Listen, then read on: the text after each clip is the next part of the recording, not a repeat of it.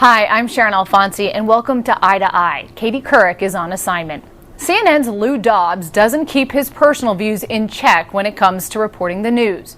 His hardline opinions on controversial topics, such as illegal immigration, have increased his ratings and angered his critics. But border reform isn't the only issue he's passionate about. He told 60 Minutes correspondent Leslie Stahl he thinks the outsourcing of jobs by U.S. firms is un-American. You've actually called corporate America, the very people you're talking about here, is unpatriotic. Well, I think it's easy to justify that when you look at what they're doing. I don't recall saying unpatriotic, but the fact is...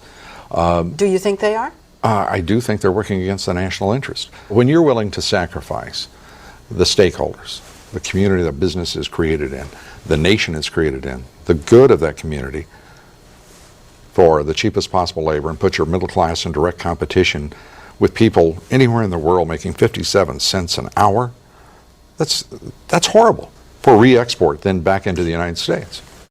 I have said for a very long time, we cannot reform immigration law if we can't control immigration. Is that fair?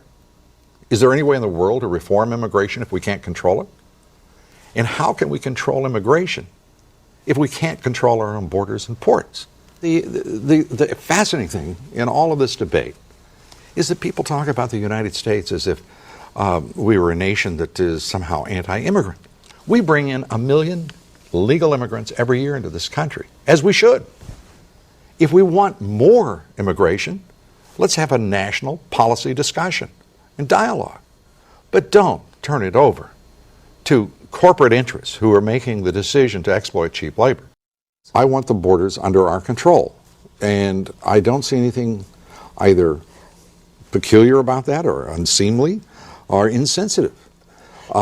If there is, I don't know what sovereignty means anymore. I don't know what homeland we're securing. I don't know what it means to protect this country. Why do we have soldiers and sailors and Marines and airmen dying in Iraq and Afghanistan if they're not to protect the nation and to pursue the national interest? So how far would I go in securing the border? I would like to see it secure. I would like to see not 5% of the cargo inspected as it enters this country, but 100%, because 300 million Americans are at risk.